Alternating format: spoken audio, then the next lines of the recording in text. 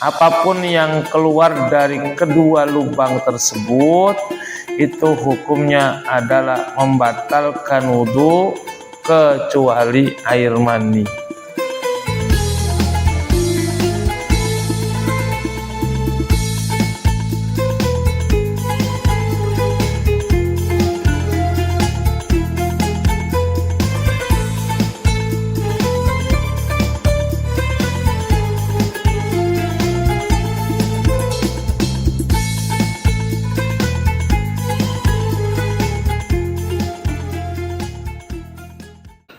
Bismillahirrahmanirrahim. Assalamualaikum warahmatullahi wabarakatuh.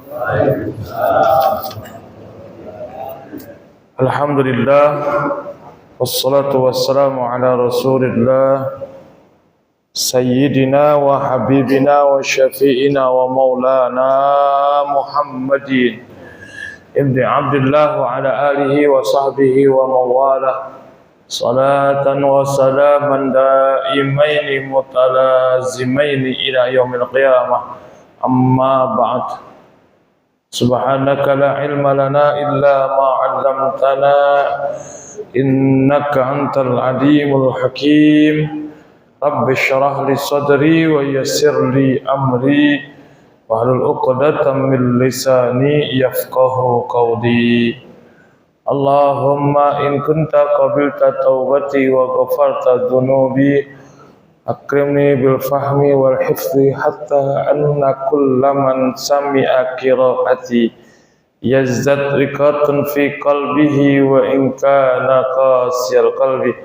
Ilahi akrimna bil rizqil halal warzuqna min haitsu la yahtasib. Ma'asyiral hadirin wal hadirat jamaah yang dirahmati Allah Subhanahu wa taala, khusus Ketua DKM Al-Furqan Bapak Haji Edi Mustafa dan seluruh jajaran pengurus pengatur acara Ustaz Irwan Hasan Basri, jamaah sekalian yang mudah-mudahan kita semua berada dalam keberkahan dan kebaikan dari Allah Subhanahu wa taala, dan tidaklah kita keluar dari masjid ini kecuali dosa-dosa kita diampuni oleh Allah Subhanahu wa taala. Amin ya rabbal alamin. Alhamdulillah wa syukrulillah, pagi hari yang berbahagia ini, pagi hari yang penuh dengan keberkahan, dengan turunnya rahmat dari Allah Subhanahu wa taala, turunnya air hujan dari Allah Subhanahu wa taala, namun tidak menyurutkan kita untuk sama-sama hadir menggugurkan kewajiban kita untuk talabul ilmi. Mudah-mudahan ilmu yang kita dapat bermanfaat fid din wad dunya wal akhirah. Amin ya rabbal alamin. Bapak Ibu hadirin hadirat saudara yang dirahmati Allah Subhanahu wa taala, kita lanjutkan bahasan kita tentang nawaqidul wudu'i, perkara-perkara yang membatalkan wudu. Ya.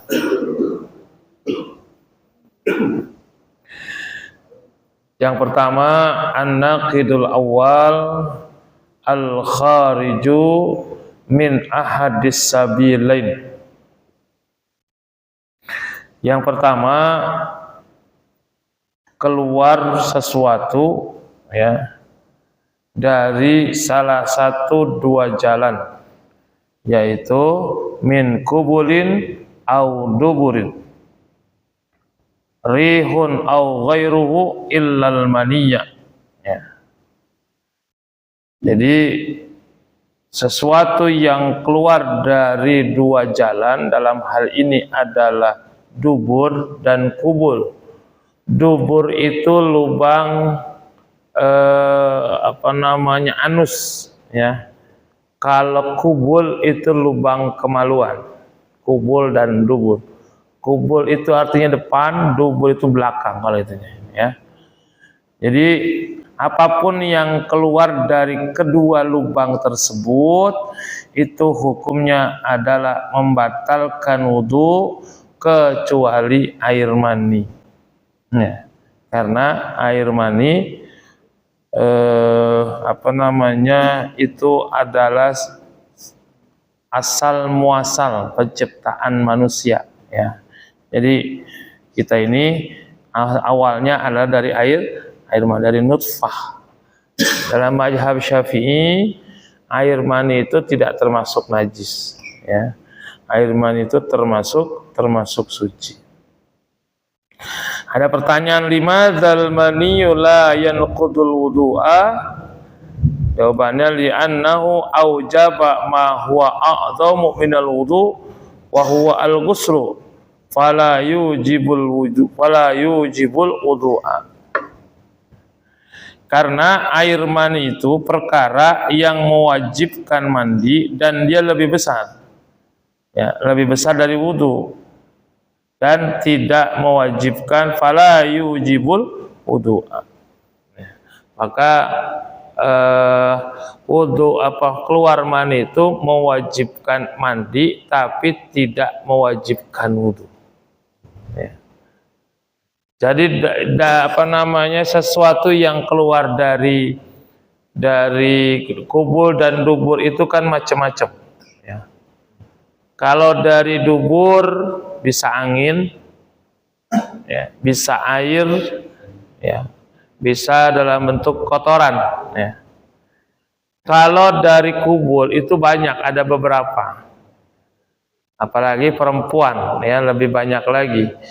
Dari kubul itu yang pertama adalah air kencing tentunya. Yang kedua adalah air mani. Air mani ini suci.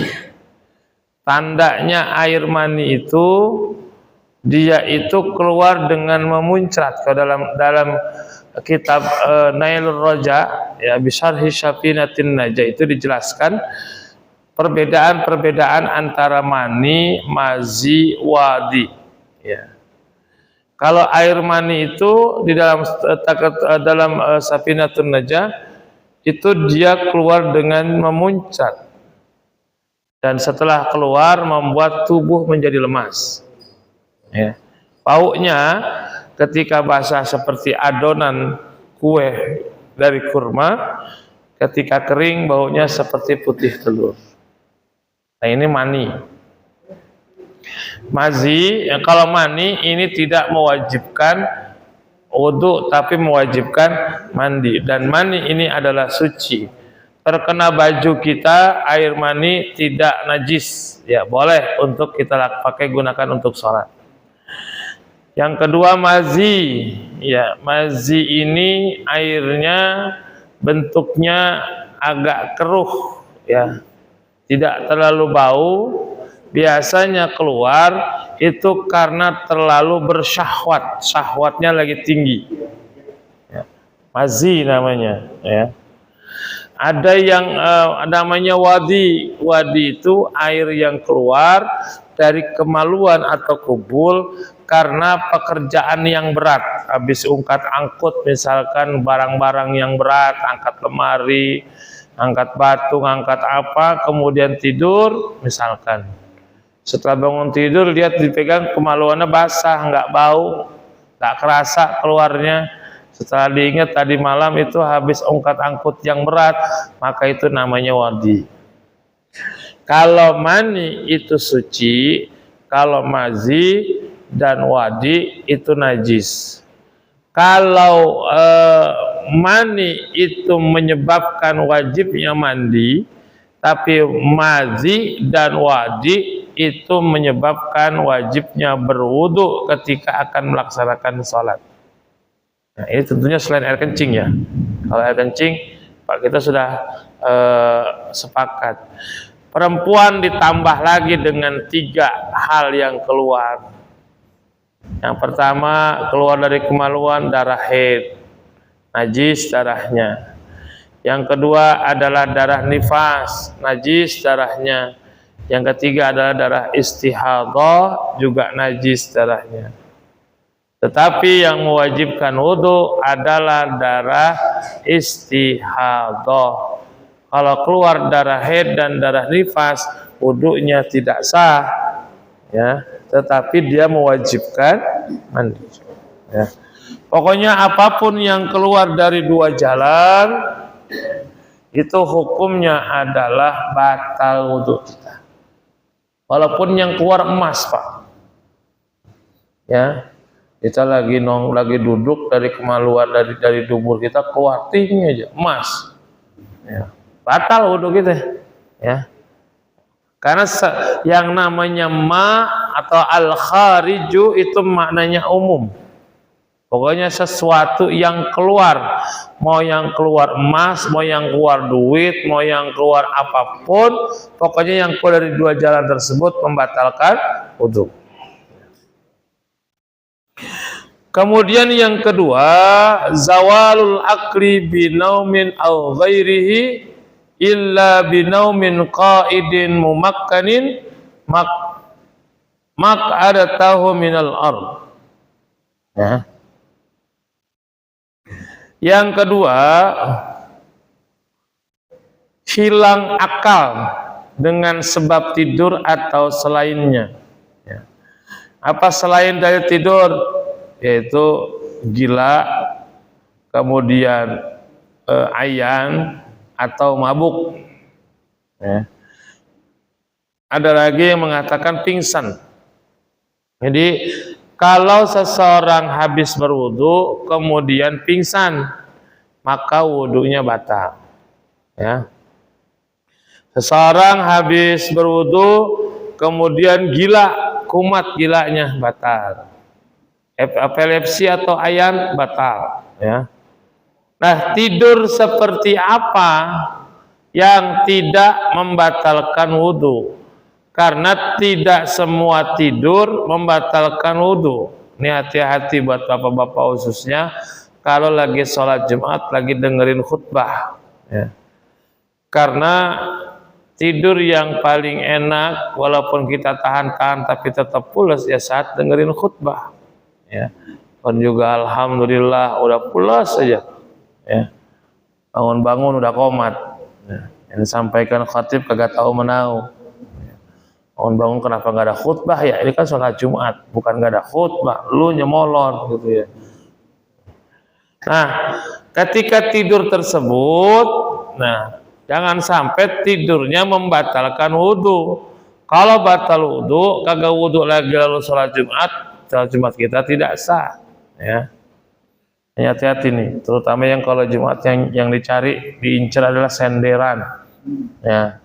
Mau di belakang, mau di pinggir, gimana caranya nyender gitu ya. Duduk yang tidak membatalkan wudhu adalah duduk yang seperti ini, Pak. Jadi pantat kita nih ya menetap atau jejak di tempat duduk kita. Ya. Tidak boleh pantat kita terangkat. Ya. Ada kadang-kadang orang tidur di ujung itu begini. Kan keangkat tuh, ya, begini tidur, ya, sambil nyender lagi, ya, itu niat banget dia ke masjid kayaknya benar-benar pengen tidur tuh, bukan pengen sholat Jumat, ya. Atau tidurnya pokoknya mau miring, mau apa, pokoknya bokongnya terangkat dan terbuka dalam artian bukan kelihatan, artinya dia bebas, ya ke atas atau ke samping, itu batalkan wudhu. Tetapi kalau kita duduk ya, mumakkinin, duduk seperti ini, ya, ini tidak batal wudhu. Kenapa? Kalau duduk seperti ini kemudian kita kentut, pasti bakal terasa. Ya. Kerasa getarannya deh. Coba ada Bapak coba duduk begini, mau kentut, pasti getarannya. Kalaupun kita lagi tidur, bangun tuh Pak kalau lagi kentut kayak gitu. Ya. Tuh, pasti bergetar, ya. Kerasa. Karena ditutup kan ininya, tapi ketika kita keluarin bunyi, itu akan bergetar. Ya. Termasuk yang suara kecil sekalipun, itu ketika kita duduk seperti ini, itu akan terasa keluarnya.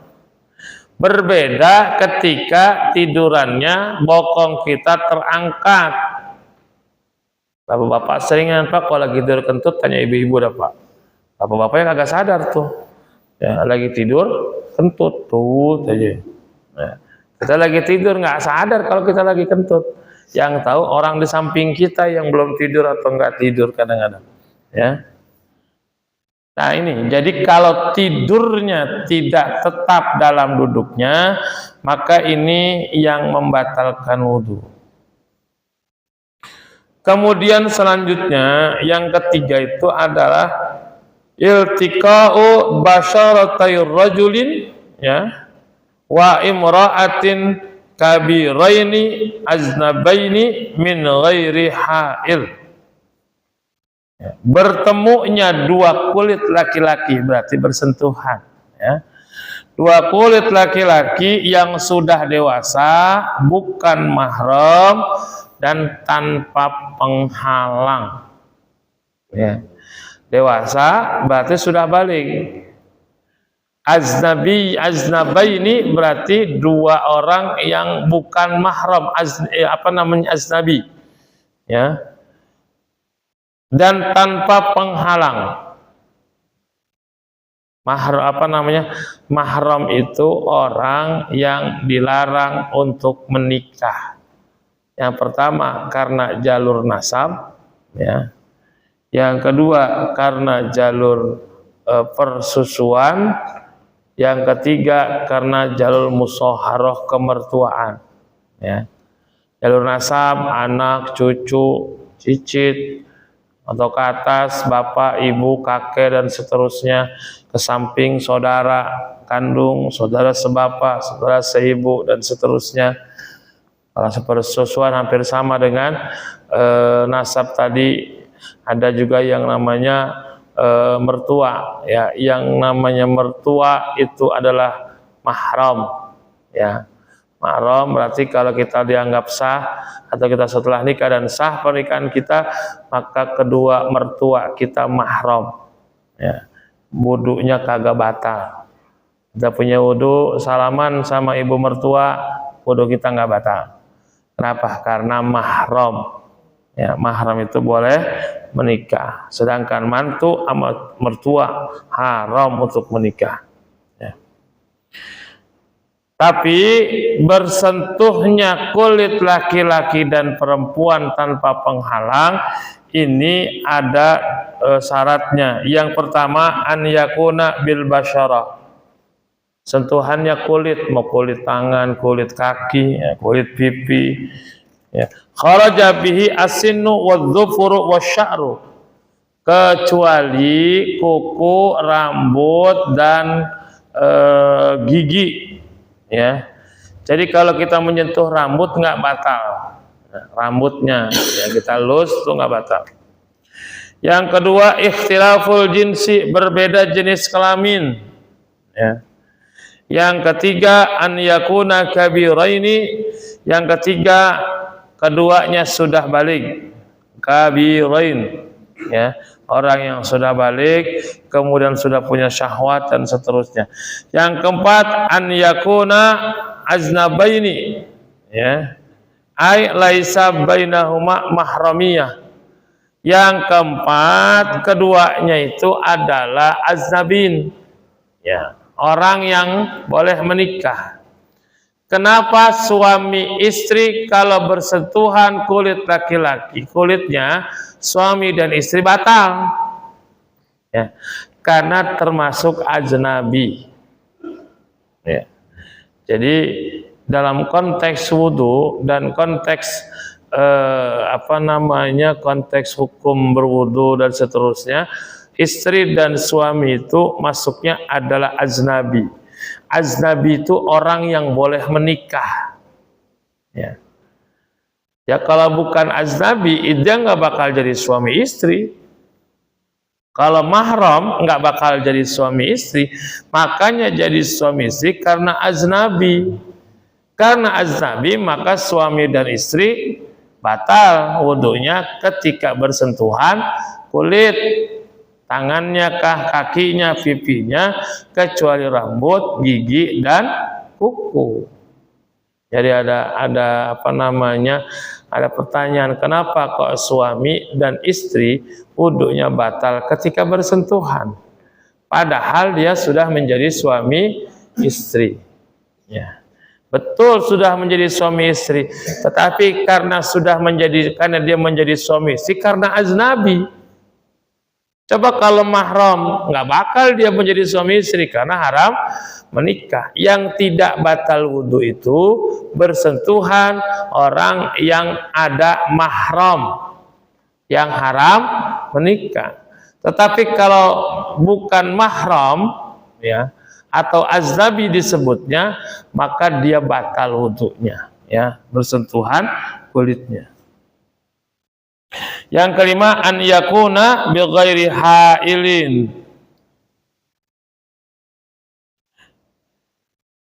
Bersentuhannya ini tanpa ada penghalang.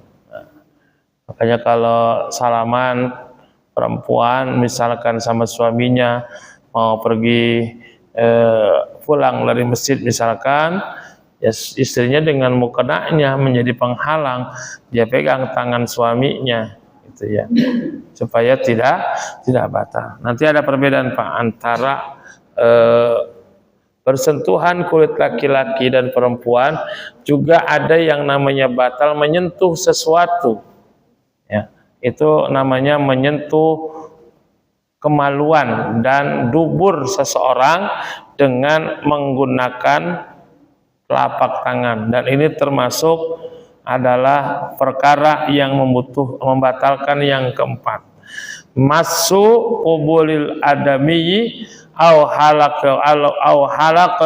halakihi duburihi bi batir rahati au butunil asabi, ya, menyentuh, ya. Tadi kalau laki-laki dan perempuan namanya iltimas atau lamisa.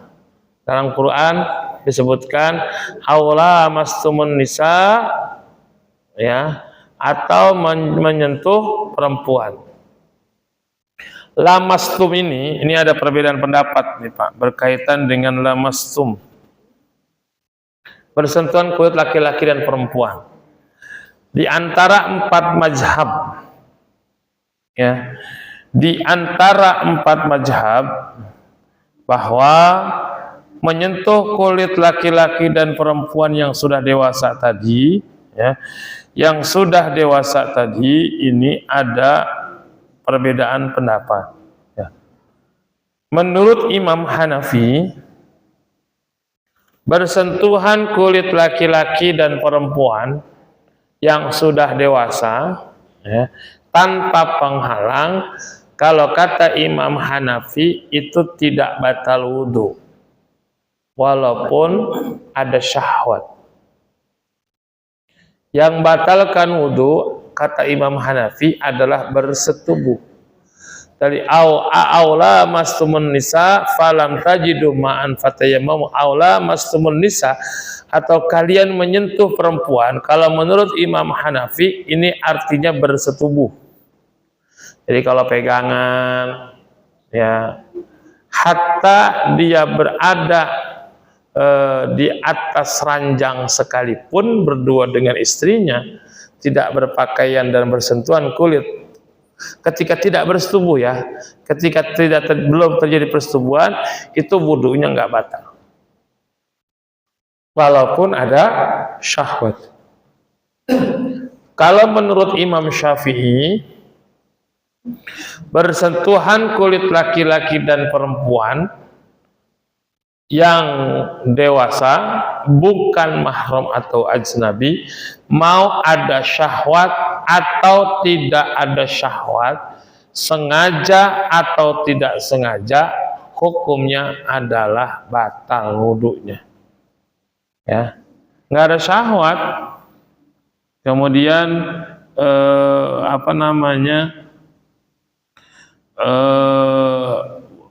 kepada beda jenisnya nih, ada syahwat atau tidak syahwat, sengaja atau tidak sengaja, menurut Imam Syafi'i hukumnya adalah batal. Jadi ada perbedaan bertolak belakang dengan Imam Abu Hanifah.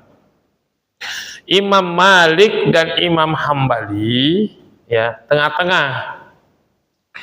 Kalau bersentuhan kulit laki-laki dan perempuan ada syahwat,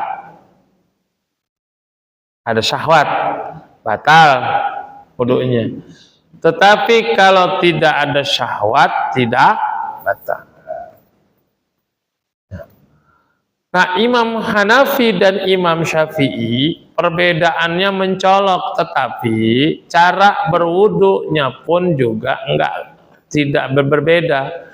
Imam Abu Hanifah membatalkan wudunya tidak seringan Imam Syafi'i. Ya, maka cara berwudu Imam Abu Hanifah lebih berat dibandingkan cara wudunya Imam Syafi'i. Imam Syafi'i kan rukun cuma ada 6 dan caranya hanya begitu saja, gampang dan mudah. Maka bagi Imam Syafi'i batalnya pun juga mudah. Persentuhan sengaja nggak sengaja, pegangan ada syahwat atau tidak, batal. Nah, Imam Abu Hanifah itu ada rukun, ada wajib wudunya itu. Ya, ada rukun, ada wajib. Dan cara berwudunya pun agak berat. Makanya membatalkannya pun juga berat. Ya. Kalau Imam Syafi'i karena wudunya ringan, bersentuhan kulit laki-laki perempuan dewasa tanpa penghalang batal. Ada syahwat atau tidak? Ada syahwat. Nah, Imam Hanafi wudunya kan agak berat nih buat kita.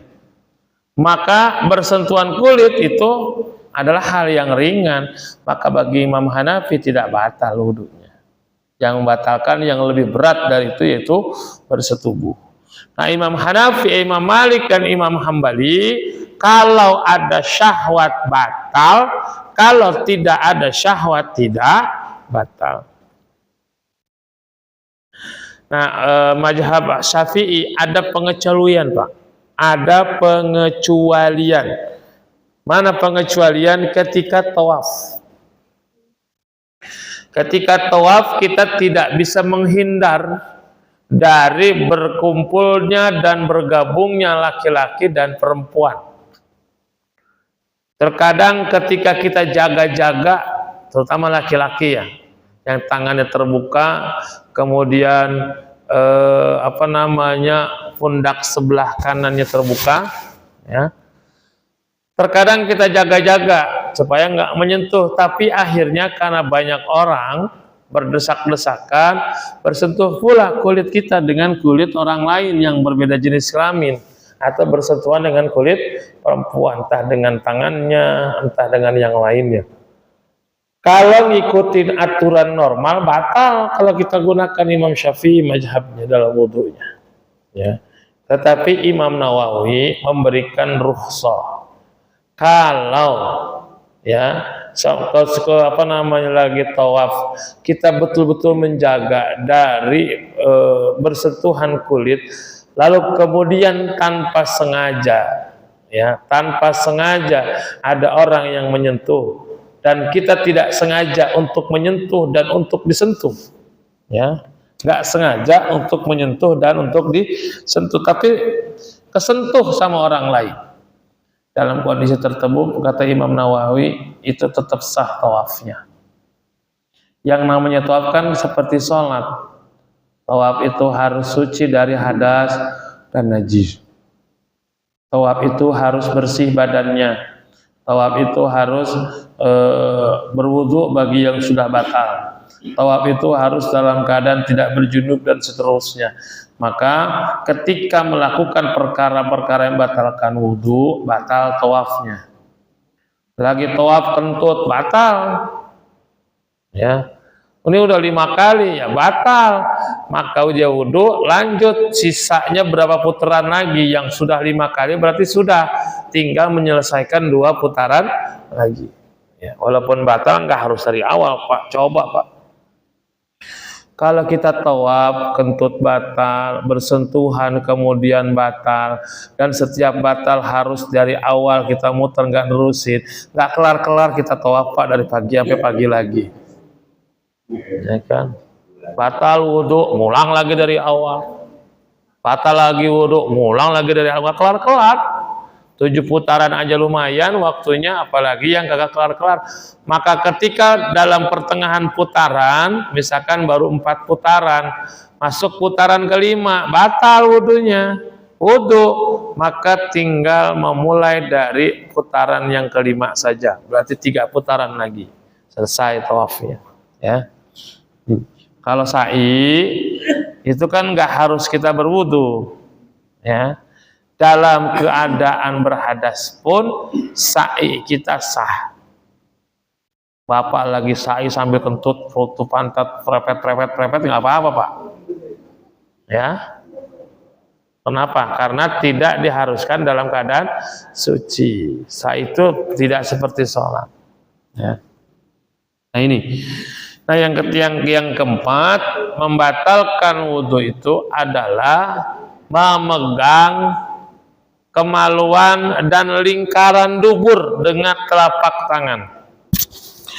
Kalau ulama itu, telapak tangan yang dimaksud yang membatalkan wudhu, kalau kita sentuh kemaluan dan dubur adalah yang apabila ketika kita gabungkan 2 telapak tangan yang tidak terlihat, itulah yang batal kalau menyentuh kemaluan dan dubur. Ya begini. Jadi tangan yang tidak terlihat inilah yang batal kalau menyentuh kemaluan. Kalau pakai punggung tangan nggak batal. Makanya Pak, kalau habis wudu gatel tuh kemaluan kita. Pengen kagak batal, pakai tangan aja balik Pak, gua garuknya. Nggak batal. Kebetulan pakai cincin lagi yang gigi bajing, ledes, lecet ya. Ya.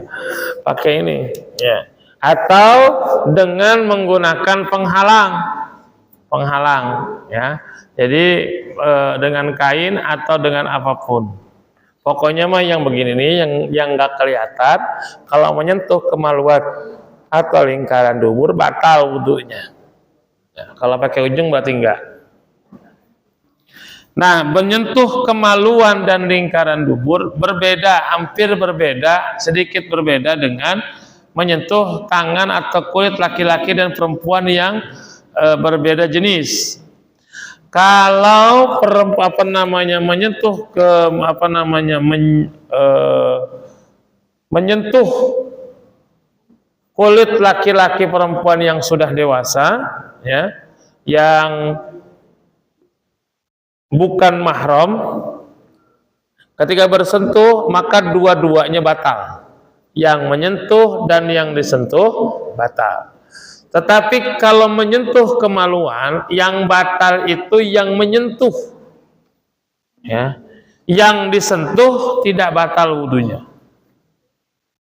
Misalkan begini, Pak. Ya. Kita punya anak, kemudian kita sentuh kemaluannya, ya.